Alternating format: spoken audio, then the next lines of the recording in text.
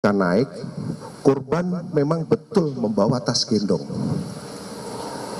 dan tas belanja ya, ada dua, satu tas gendong, satu tas belanja. Namun pada saat turun dari rooftop,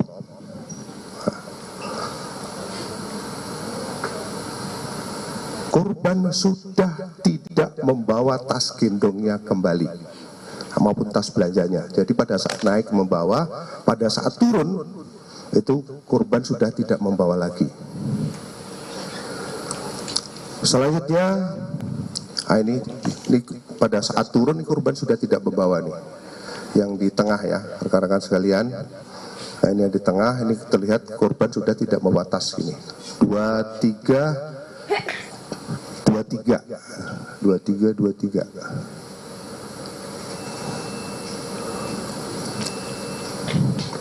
Dua tiga kosong sembilan ya. Ulangi 2309 ini pada saat turun sudah tidak membawa tas lagi maupun tas gendong maupun tas belanjaan, sehingga masih terlihat lagi di bawah yang sebelah sana pun masih terlihat 2312 itu di bawah di pintu keluar.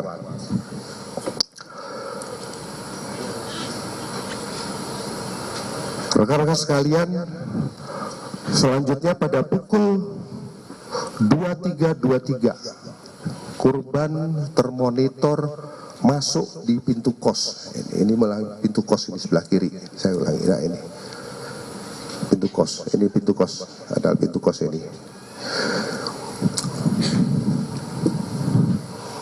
Ini terpantau mulai masuk ke dalam kamar dan kemudian ini membuang sampah. Lanjut. Dan pada hari Selasa tanggal 8 Juli 2025 pukul 7:39 di sini, setelah pintu dibuka,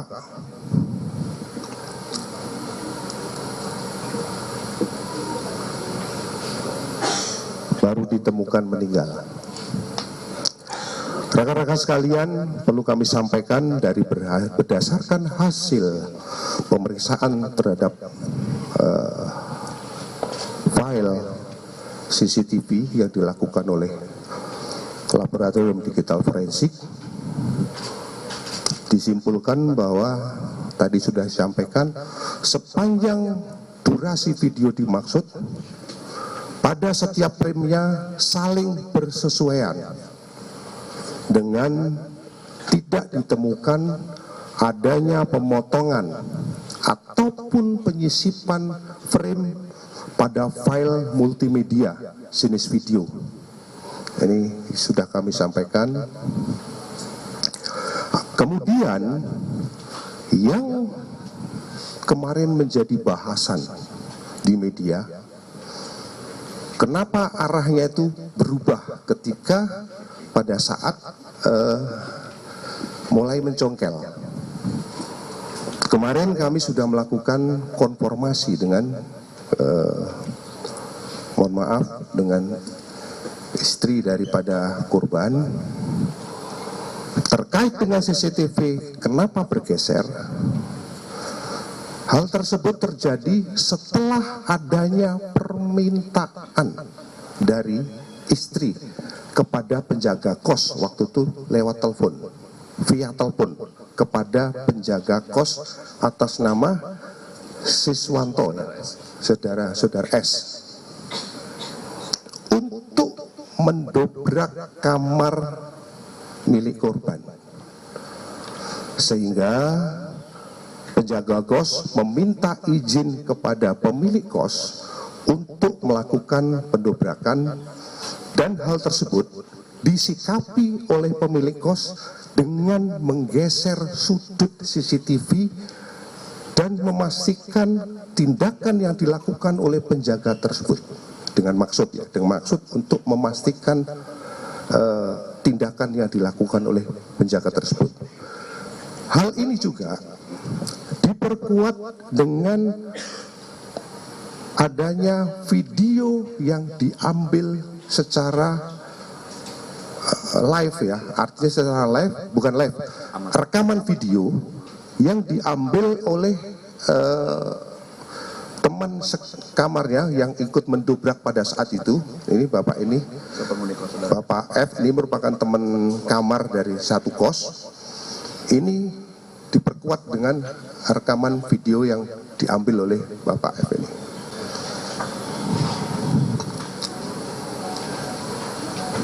Rekan-rekan sekalian, itu dari analisis terhadap CCTV yang kita kumpulkan. Selanjutnya berdasarkan pemeriksaan digital forensik terhadap device, baik itu laptop, kemudian MacBook maupun Samsung Note, ya ada handphone Samsung Note yang ditemukan di kamar korban. Ini ada satu handphone yang ditemukan di kamar korban. Ditemukan adanya histori pencarian tentang beberapa penyakit yang dialami oleh korban. Selain itu ditemukan riwayat komunikasi dengan pengguna akun. Tadi sudah disampaikan oleh tim dari digital forensik.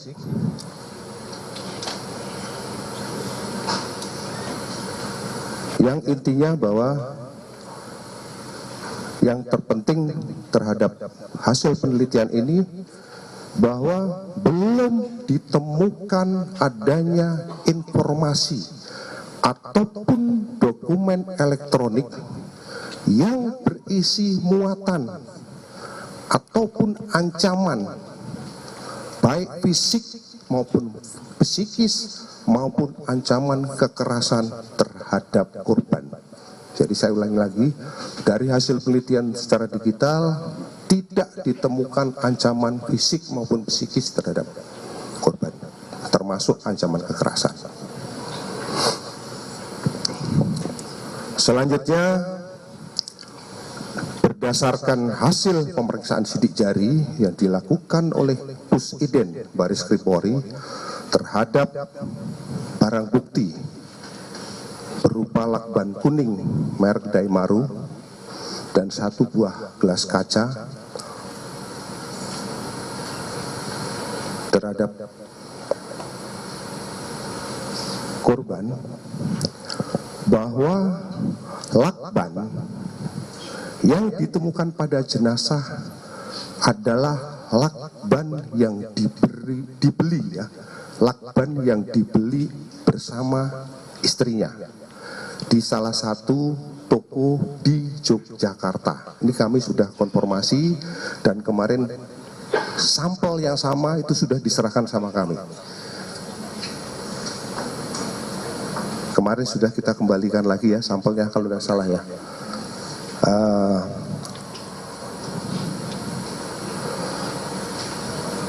Di mana lakban tersebut itu dibeli tahun 2000, dibeli sekitar bulan Juni tahun 2025.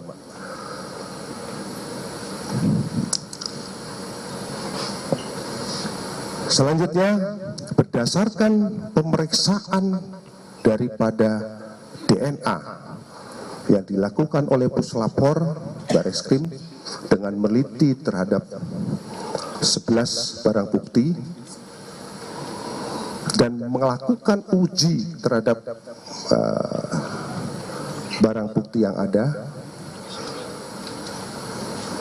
dengan hasil tidak ditemukan adanya DNA milik orang lain selain DNA milik korban, termasuk pada lakban dan barang bukti yang ada di TKP pada saat itu, mulai dari spray, kemudian sarung bantal, gelas dan lain sebagainya, itu hanya DNA milik korban.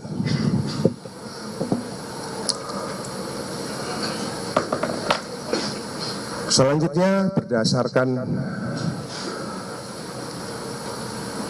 hal tersebut, penyelidik juga menggandeng daripada Apsifor IPSI untuk melakukan pemeriksaan secara psikologi forensik, baik kepada keluarga, kepada rekan-rekan kerja yang mungkin bisa atasan, bisa teman kecil dan lain sebagainya, termasuk orang-orang yang berhubungan pada saat itu. Dari hasil pemeriksaan tersebut,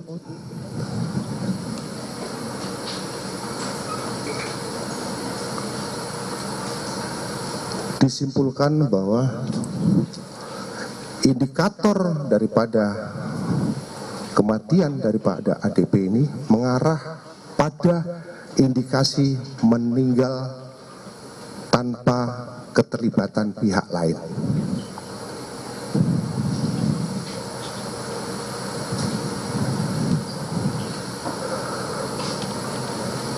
Selanjutnya, dari hasil pemeriksaan terhadap toksikologi yang dilakukan oleh Puslapor Baris Krim Polri terhadap sampel-sampel organ yang sudah setelah dilakukan otopsi, baik itu dari otak, empedu, limpa, hati, ginjal, lambung, darah, dan urin, ditemukan adanya kandungan parasetamol dan klorperipheniramin atau yang sering disebut CTM. Hal ini sesuai dengan temuan barang bukti berupa obat-obatan yang ditemukan oleh penyelidik. Selanjutnya, tim forensik dari RSCM yang melakukan otopsi terhadap tubuh korban dan melakukan pemeriksaan luar terhadap korban menemukan hasil, yaitu luka lecet pada wajah dan leher, luka terbuka pada bibir dalam, memar pada wajah, bibir dan anggota gerak atas kanan, serta terdapat tanda-tanda perbendungan. Pada pemeriksaan dalam, ditemukan darah berwarna lebih gelap dan encer, lendir dan busa halus pada batang tengkorak, sembab paru-paru, tanda-tanda perbendungan pada seluruh organ dalam, dan tidak ditemukan adanya penyakit pada organ dalam.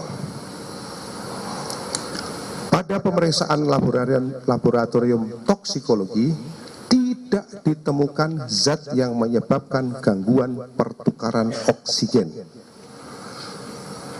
Tidak ditemukan adanya penyakit atau zat yang dapat menyebabkan gangguan pertukaran oksigen pada organ ataupun jaringan pada korban.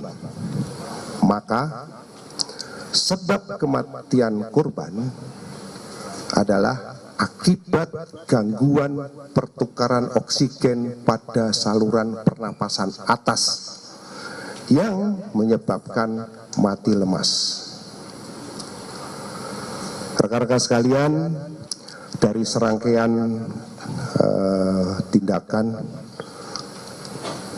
dan kegiatan yang dilakukan oleh penyelidik, mulai dari mendatangi TKP, kemudian melakukan pemeriksaan terhadap saksi-saksi, mengumpulkan barang bukti, kemudian kita dengan melibatkan saksi ahli, dan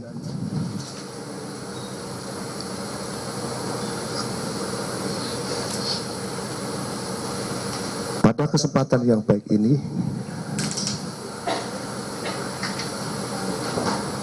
kami akan menyimpulkan hasil daripada penyelidikan yang kami lakukan bahwa penyelidikan yang kami lakukan, kami simpulkan belum menemukan adanya peristiwa pidana.